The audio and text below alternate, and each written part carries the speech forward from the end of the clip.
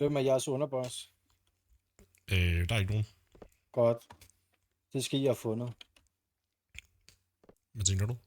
Ja, I bliver nødt til at finde en. Jeg kan ikke sidde og snakke med Zoe om business. I bliver nødt til at finde en underboss. Ja, men den går sådan set igennem mig, som det er lige nu. Ja, men så er du underboss. Så siger du til Zoe, at du har meldt dig frivilligt som underboss, så er du vores kontakt i Banders. Yes. Aftale? Ja, det vil du sige. Jamen, vi bliver nødt til at have en underboss fra jeres side af.